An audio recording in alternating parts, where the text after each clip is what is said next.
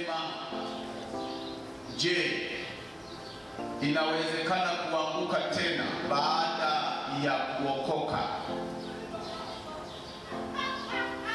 Ni masomo yetu ya kwanza asubuhi ambayo yanakaa kimaswali. Alafu pia tunapopata muda hapo mbele huwa tunaulizana maswali. Lakini wakati tunaanza somo letu hili kwamba je, inawezekana kuanguka tena baada ya kuokoka, majibu tuliyoyapata kwa pamoja, tulipata jibu moja la msingi ambalo lilijumulisha wote kwamba ndio. Lakini swali la pili likauliza hivi, kwa nini? Tukaanza sasa kufundishana kwa nini, kwa nini, kwa nini. Tukaendelea na kipengele hicho kinachosema kwa nini. Kama ni ndio, kwa nini? Tuliona mambo mengi, lakini wiki iliyoisha kuna ambako tulianzia tulishapita. Lakini Jumapili ya wiki iliyoisha tulifikia kipengele hiki, kilikuwa ni kipengele cha 4. Kipengele cha 4 kinasema hivi: inawezekana kuanguka tena baada ya kuokoka. Ndio. Kwa nini? Tukaona kipengele kinachosema yawezekana sio wa Mungu, lakini nikaweka mambo mawili hapo: yawezekana sio wa Mungu au yawezekana hao sio wenzetu. Kwa sababu maana ya kuanguka maana yake ni kurudi nyuma, kuiacha imani. Lakini unapoiacha imani kuna watu unawaacha hapo. Kwa mfano, hili ni kanisa. Mtu anapoanguka au anaporudi nyuma, maana yake anarudi yeye, sisi anatuacha. Bwana Yesu atusaidie sana. Na ndio maana kipengele hiki kinasema yawezekana sio mwenzetu. Na kama sio mwenzetu, nilisema hivi, lazima aondoke. Kuna udhibitisho wa andiko hapo. Yawezekana sio mwenzetu au yawezekana sio wa Mungu. Na kama sio wa Mungu, lazima aondoke katika kusanyiko la Bwana. Ndio maana ya kuanguka. Kuanguka maana yake ni kuiacha imani, kuacha wenzako. Kwa hiyo wiki iliyoisha tuliona inawezekana huyo mtu sio mwenzetu, ndio maana ameondoka. Yawezekana sio wa Mungu, ndio maana ameondoka. Tukapata uthibitisho wa andiko, neno la Mungu kutoka kitabu cha waraka wa kwanza wa Yohana. Waraka wa kwanza wa Yohana.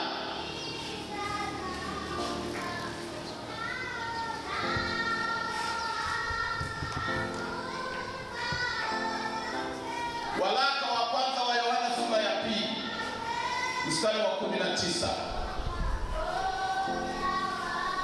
Mstari wa 19, mstari mmoja lakini una majibu katika kipengele chetu hicho. Biblia inasema hivi: walitoka kwetu, lakini hawakuwa wa kwetu. Maana kama wangalikuwa wa kwetu, wangalikaa pamoja nasi. Lakini walitoka ili wafunuliwe kwamba si wote walio wa kwetu. Na nilisema mwandishi huyu aliyeandika Yohana alikuwa katika roho kutoa jibu la kitu ambacho sisi tunajifunza. Somo hili ni somo la muhimu sana. Kwa nini ninasema ni somo la muhimu? Swala la kuanguka, narudia kutetea hoja yangu. kwamba wewe sio mgeni, umeona. Tumesikia, tumeona, tumeshuhudia watu wakianguka, maaskofu wanaanguka, wachungaji wanaanguka, wazee wa kanisa wanaanguka, waumini wanaanguka, wanamwacha Mungu. Kwa maana hiyo tuna ushahidi. Sasa katika hilo tuna haki kujadili kwamba kwa nini tena wengine wanaanguka mpaka wanatuacha tunalia kwamba jamani shetani huyu. Lakini hata kama tunalia, tunaomboleza, huyo mtu ameshaanguka, amemwacha Mungu. Sasa sisi fundisho letu linakaaje? Kwa nini? Hivi kwa nini jamani? Kwa nini? Tunatafuta hizo sababu sasa, na hizo sababu tunapokuwa tunajifunza ndizo zinazotufanya sisi kuelewa kwamba hata sisi tusipoangalia unaweza ukaanguka kupitia sababu hizi. Lakini kipengele hiki ambacho tuliishia wiki iliyoisha, tukathibitisha kwa andiko hili la waraka wa kwanza wa Yohana sura ya 2 mstari wa 19. Kuna vipengele anasema walitoka kwetu kwa sababu hawakuwa wa kwetu. Hata kanisani kuna watu anaweza kaamua tu kuondoka. Ninaondoka. Kwa nini? Akawa na sababu zake, zingine tuliziona kule nyuma, kama vile kujikwaa, akajikwaa akaondoka. Lakini kwa nini anaondoka? Inawezekana sio wa kwetu. Kama angelikuwa wa kwetu, angevumilia akatulia, kwa sababu andiko linasema makwazo hayana budi kuja, yapo. Hata kwenye familia makwazo yapo. Ukikwazo tunaondoka. Makwazo yapo hata nyumbani unapoishi, makwazo yapo. Sasa mtu mwingine anaweza kuondoka, ili nimekwazwa. Na kweli akawa amekwazwa, ukimsikiliza ni kweli ameumizwa, amekwazwa, lakini andiko linasemaje? Makwazo hayana budi kuja. Lakini wangapi wameanguka katika habari ya kukwazwa? Ni wengi. Somo letu linasema, je, inawezekana kuanguka tena baada ya kuokoka? Ndio.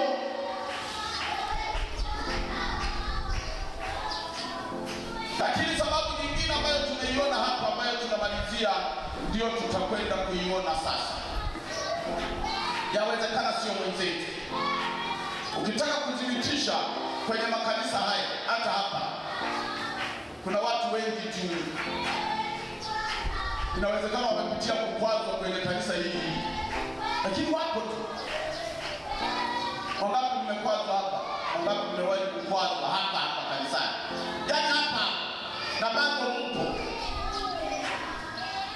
Wangapi mmewahi kukwazwa? 1, 2, 3, 4. Kwa nini mpo? Kwa nini mpo? Mpo kwa sababu ni wenzetu. Alafu kuna mafundisho mengine niwaambie, unapoyafundisha kwingine mpaka watu wanashangaa. Wanasema haya mafundisho, yaani wanaona kama msaada mkubwa kwenye maisha yao na imani zao. Sasa wewe kama ulikwazwa, kwa nini bado uko hapa? Bwana Yesu atusaidie sana. Bwana Yesu asifiwe. Mungu alikusaidia. Kuna wengine wanakwazwa, wanaondoka na wanaenda kuwa wapagani. Ukikwazwa ukasimama, unalijua neno la Mungu. Kwa sababu inaandikwa, makwazo hayana budi kuja. Yatakuja. Kama ni vikwazo vipo tu.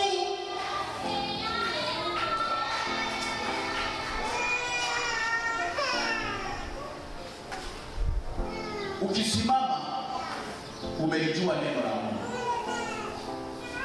Lakini tunapojifunza uelewe, kuna wengine kupitia kukwaza hawezi kukaa, anaondoka.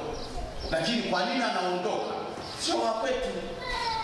Ni sawa na nyumbani. Mimi ni mzazi pale nyumbani.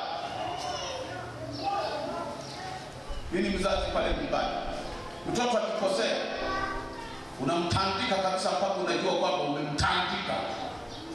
Lakini yuko tu. Alafu anaweza kaenda kucheza huko akacheza huko. Halafu baadaye unamwona anakuja kuanguka miguuni kwako. Kesi imeisha. Kwani si ni kwako? Ataenda wapi? Bwana Yesu atusaidie sana. Kwa sababu ni kwao, sio wa kwetu. Na kwa mfumo huo, mimi mama alinifundisha, na mimi huwa sikimbizaji watoto. Mimi mtoto akinikosea simfukuzi. Wanajua.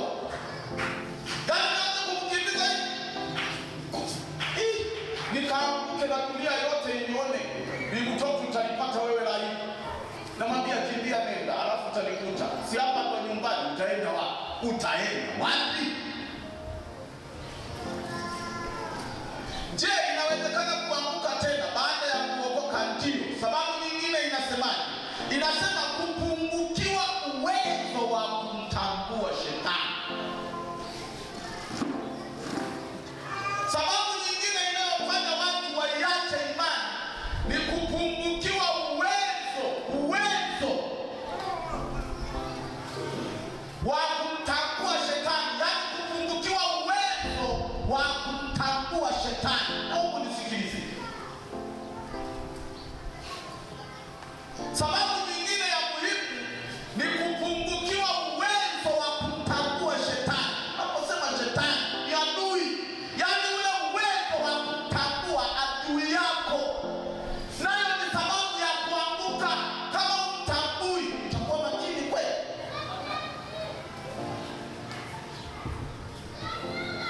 Yaani wewe adui anapanga mipango ya kukuangamiza, halafu wewe hujui.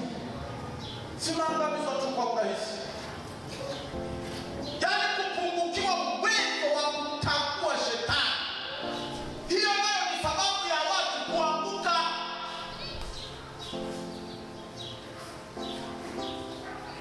Unanielewa? Mnyosha mkono hivi. Kama tunakwenda pamoja, nyosha mkono namna hii. Mungu akubariki sana. Hiyo ni sababu ambayo leo nataka nigusie dakika zetu chache zilizobaki. Kupungukiwa uwezo wa kumtambua shetani nalo ni tatizo. Maana kuna watu sasa hivi, tena sio sasa hivi, toka muda mrefu, kuna watu wanafikiri mambo yote sawa tu. Yaani wanafikiri mambo yote sawa tu. Fanya mambo yako yote. Yaani mambo yote sawa tu. Kuna watu. Yesu atusaidie wapendwa. Bwana Yesu atusaidie. Yaani kuna watu tuko nao katika safari. Yaani wao kila jambo sawa tu.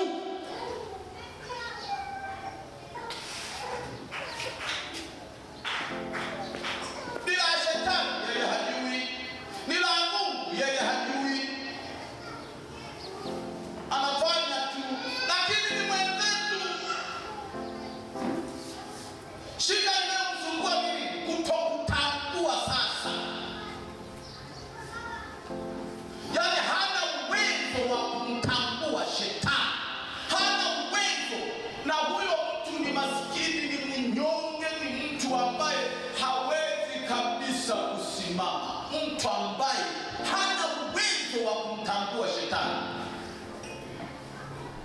Yaani mtu kama hana uwezo wa kumtambua shetani, kusimama kwake ni ngumu sana.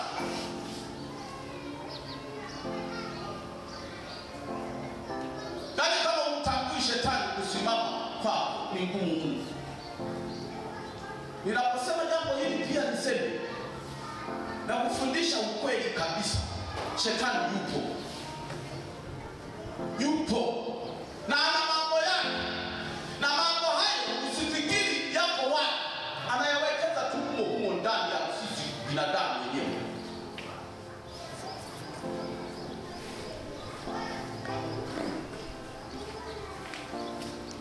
Shetani anaweza kutushinda kwa sababu gani? Kama mtu hajui fikra zake, yani hajui fikra za shetani, hajui mbinu za shetani, huyo ana asilimia nyingi za kushindwa.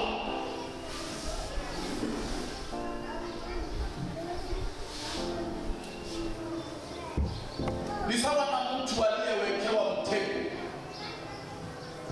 Aliyewekewa mtego, yani mtu aliyewekewa mtego. Si tunajua mitego vinategwa vitu viharibifu fulani, kama vile labda mnyama anaweza akategwa, lakini hata mtu anawekewa mtego. Hebu fikiria, umewekewa mtego halafu hujui. Mtego wa hatari ila hujui. Utajizuia? Utajizuia? Unaenda, yani unawekewa mtego halafu wewe hujui. Yani unanaswa kwa urahisi kabisa. Vipi kama unajua? Yani unajua kwamba hapo kuna mtego, nimetegwa. Hapo wewe mjinga sasa. Yani ukielewa hapa nimetegwa, sinaelekea kwingine bana.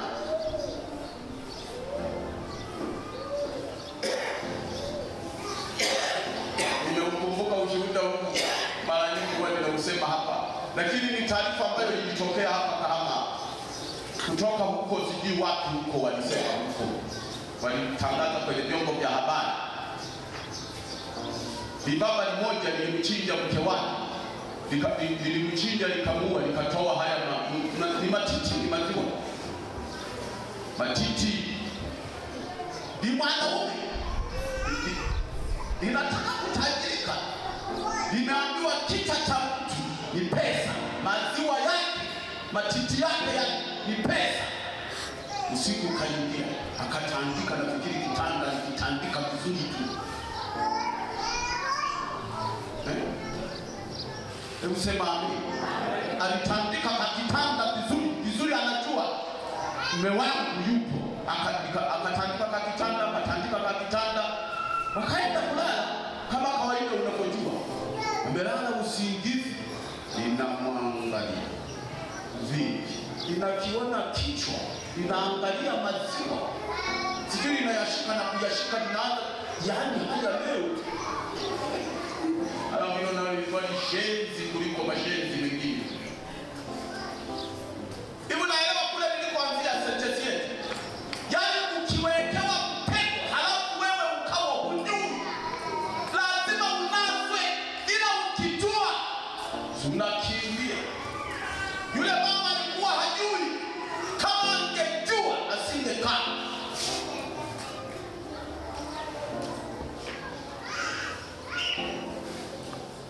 Wamelala, nafikiri akasinzia, na baada ya kusinzia linamcheki, limeweka mtego, halafu tayari linajua, silishaambiwa kichwa ni shilingi ngapi, matiti ni shilingi ngapi. Likaona mimi sasa umasikini kwa hii. Usiku amejilalia masikini wa Mungu, amelala usingizi, akasinzia. Nafikiri kumuua ilikuwa ni rahisi tu. Ninaondoa kashuka taratibu tu. Amelala amesinzia, nikaondoa kale kashuka hivi, kichwa kikawa wazi, shingo ikawa wazi, kisu kimeandaliwa cha kweli. Kichwa hapo, weka kwenye mfuko, nikaja nayo mpaka hapa Kahama, nikamatwa hapa. Biashara wakalikamata, lina kichwa kimoja cha mtu na matiti mawili, tena yakawa ni ya mke wake kabisa, mke wake. Sasa kama hujasahau sentensi tulionayo hapa, shetani anaweza kumshinda mtu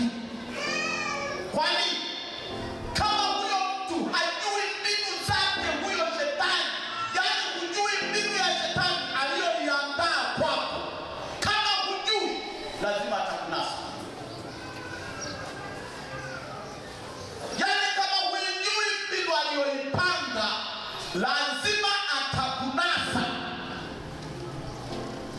Hivi naeleweka wanafunzi? Wanafunzi wa Yesu naeleweka?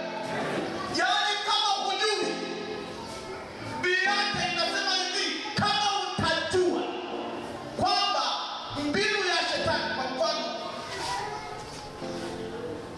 eti nitakuuliza wangapi umekutana na shetani? Ni wote. Sasa sio kwa sura kama shetani alikuwa na miguu ngapi, amesimamaje, maana wengine mtalihoji hivi. Shetani kila mmoja amekutana naye. Kwa namna gani? Ukitaka umuone shetani utamuona. Na kwa sababu shetani ni roho, usitake kumuona kama alivyo yeye. Utamuona kwa matukio yake, maana shetani ni roho. Huwezi kumuona kwa macho kwamba amekaaje, maana shetani ni roho. Kwa sababu ni roho, anaingia akitaka kufanya shughuli yake, anaingia ndani ya huyo mtu, anafanya ya shetani. Ukitaka kumuona shetani utamuona kwa sura hii.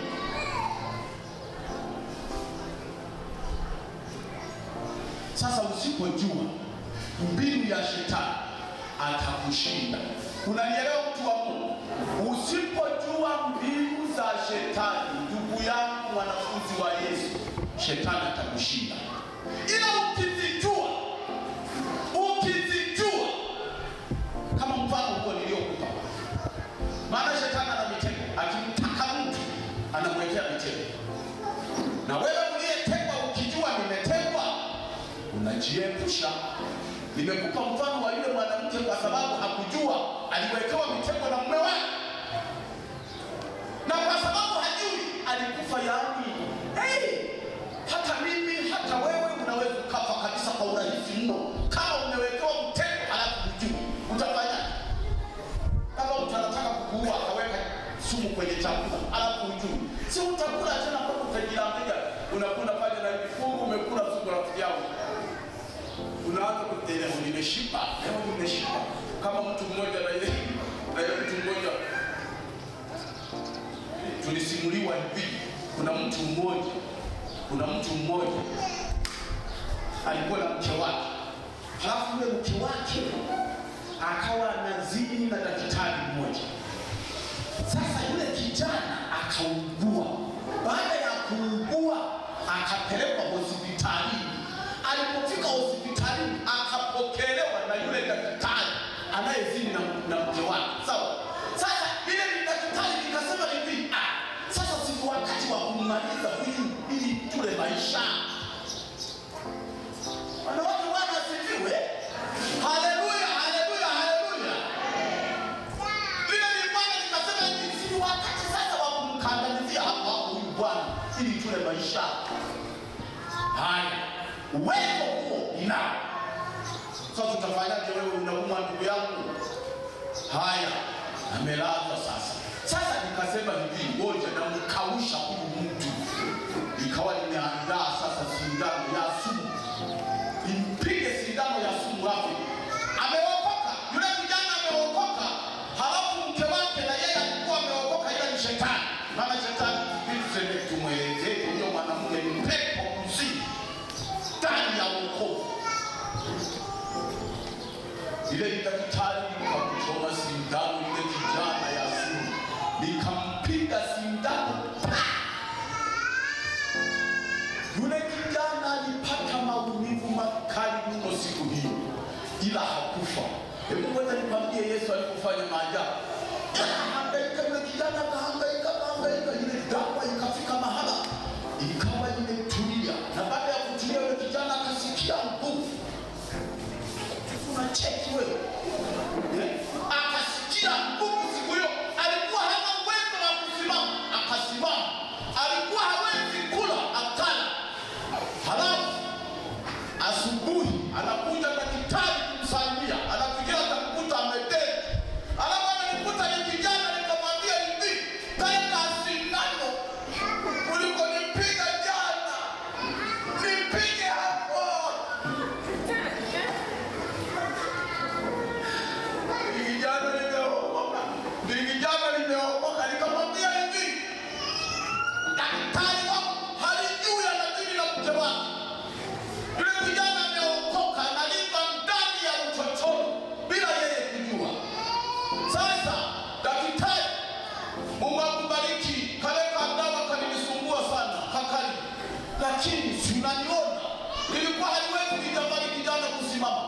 limesimama limekaa, nikamwambia nitandike hapo hapo. Yule daktari akamwangalia yule kijana, akamuuliza unafanya kazi gani? Akasema mimi mcha Mungu. Yule daktari alitubu, akasema sijawahi kuona namna hii duniani. Hii sumu ingemkausha huyu kijana. Bwana Yesu atusaidie sana. Hebu piga makofi kwa Bwana Yesu. Ongeza makofi tena. Sasa tunaona. Umenielewa? Umenielewa? Umenielewa? Hebu fanya hivi kama. Sasa yule kijana hakujua amewekewa mtego. Kama angelijua asingekubali. Hebu anamwambia nipige tena dawa hiyo hiyo. Anajua huyo. Sasa andiko hapa linasema hivi, shetani anaweza kutushinda. Kwa nini? Kama hatuzijui njia zake, fikira zake, mbinu zake, ana nafasi kubwa kutushinda. Yana nafasi kubwa kukushinda kama huzijui njia zake, ujui mbinu zake. Unajua shetani ana mbinu. Yaani wewe huzijui mbinu zake, utapita, utashinda, utaokoka. Hamna.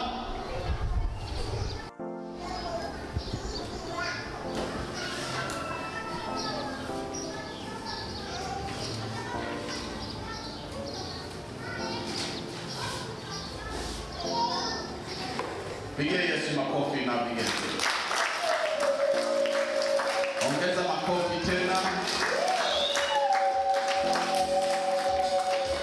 Wapendwa, Mungu awabariki sana. Mungu awabariki. Kipindi chetu cha kwanza kitaishia hapo. Mungu awabariki. Amen. Hatuna kipindi cha maswali, muda wetu umeisha. Kama kuna swali unalitunza, baadaye tunaweza kusemezana. Simama.